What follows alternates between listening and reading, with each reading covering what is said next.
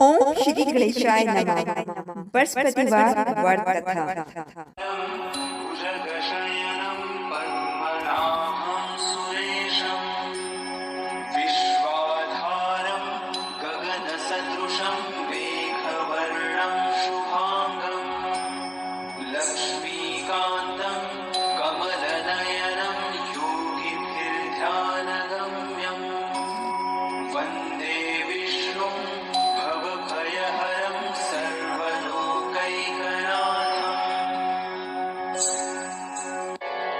शान्ताकारं भुजगशयनं पद्मनाभं सुरेशं विश्वाधारं गगनसदृशं मेघवर्णं शुभांगम्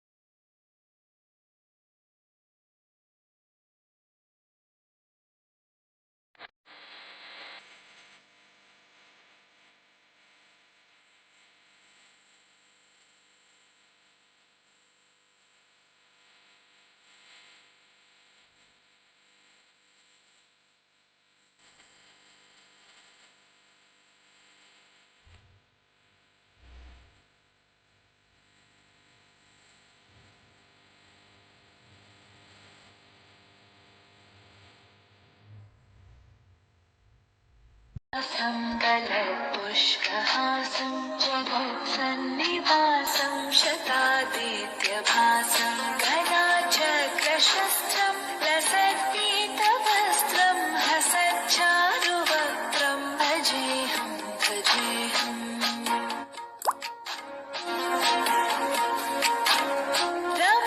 रमाकण्ठहारं शतैर्व्रातसारं जलान्तर्विहारं धराभारहारं चिदानन्दरूपं मनोज्ञस्वरूपं ददानेकरूपं भजेऽहं भजेऽहम्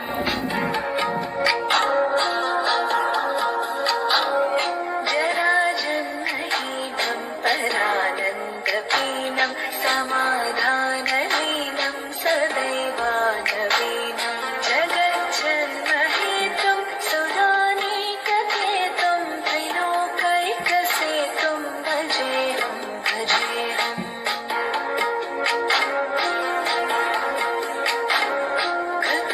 कृताम्नायदानं कदाधीशयानं विमुक्तेर्निदानं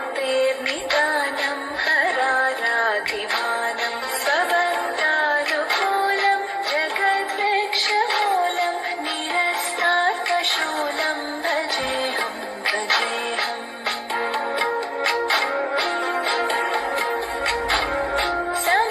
समस्तामरेशं द्विरेफापकेशं जगद्बिम्बलेशं तदाकाशदेशं सदा दिव्यदेहं विमुक्ताङ्गदेहं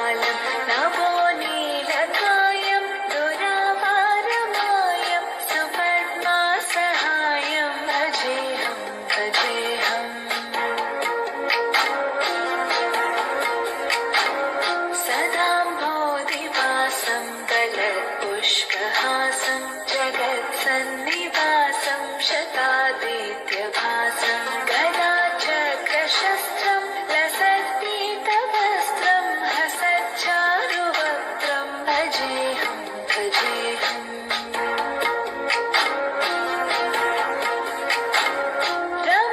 रमाकण्ठहारं शतीव्रातसारं जलान्तर्विहारं धराभारहारं चिदानन्दरूपं मनोज्ञस्वरूपं धृतानेकरूपं भजेऽहं भजेऽहम्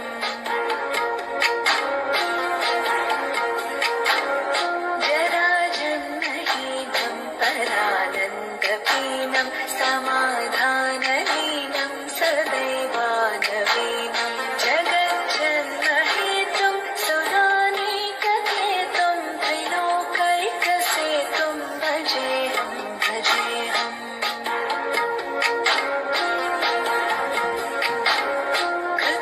कृताम्नायदानं कदाधीशयानं विमुक्तेर्निदानं हराराधिमानं स्वभक्तानुकूलं जगद्वृक्षमूलं निरस्तार्थशूलं भजेऽहं भजेऽहम्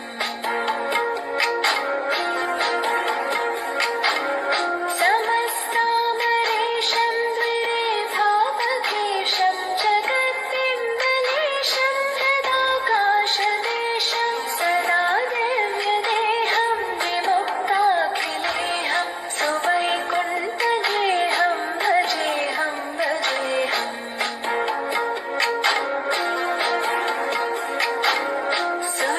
सुरालीबलिष्टं त्रिलोकीवरिष्ठं गुरूणां गरिष्ठं स्वरूपैकनिष्ठं सदा युद्धवीरं महावीरवीरं महाम्बोधितीरं भजेऽहं भजेऽहम्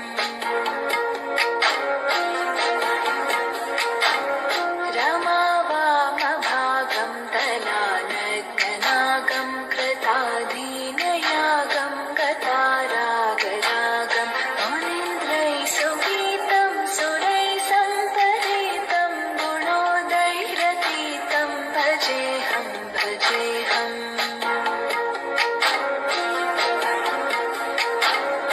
इदं यस्तु नित्यं समाधाय चित्तं पठेदष्टकं कण्ठहारं मुरारे स विष्णोर्विशोकं ध्रुवं याति लोकं जराजन्मशोकं पुनर्विन्दते नो पुष्पहासं जगत्सन्निवासं शतादित्यभासं गदाचक्रशस्त्रं लसत्पीतवस्त्रं हसच्चारुवक्त्रं भजेऽहं भजेऽहम्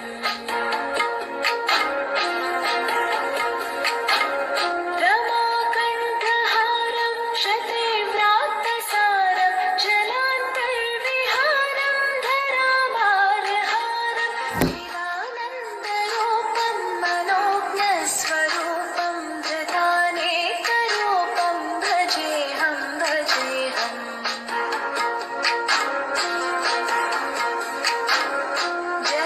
जराजन्महीनं परानन्दपीनं समाधानहीनं सदैवानवीनं जगज्जन्महेतुं सुरानीककेतुं त्रिलोकैकसेतुं भजेऽहं भजेऽहम्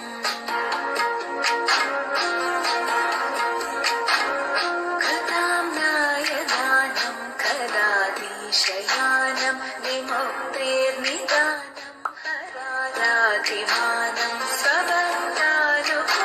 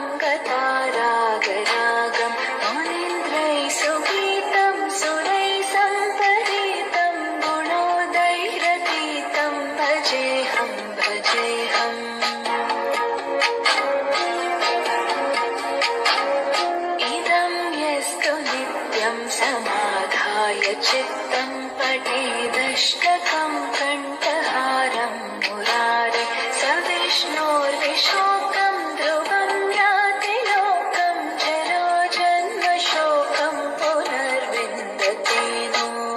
पुष्पहासं जगत्सन्निवासं शतादित्यभासं गदाचक्रशस्त्रं लसत्पीतवस्त्रं हसच्चारुवक्त्रं भजेऽहं भजेऽहम्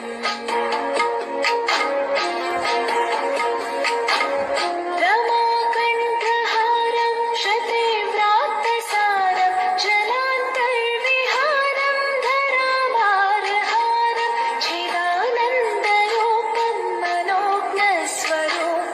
धृतानेकरूपं भजेऽहं भजेऽहम्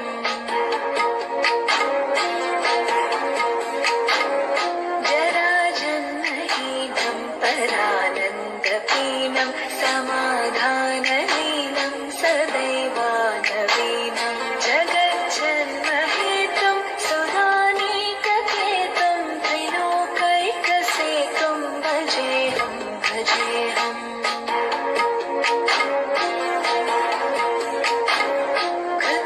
कृताम्नायदानं कदाधीशयानं विमुक्तेर्निदानं हराराधिमानं स्वभक्तानुकूलं जगद्वृक्षमूलं निरस्तार्थशूलं भजेऽहं भजेऽहम्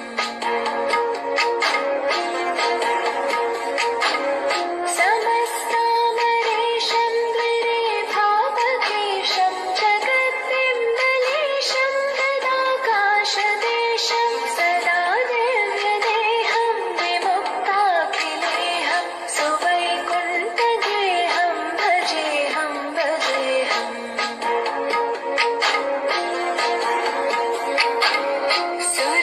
सुरालीबलिष्टं त्रिलोकीवरिष्ठं गुरूणां गरिष्ठं स्वरूपैकनिष्ठं सदा युद्धे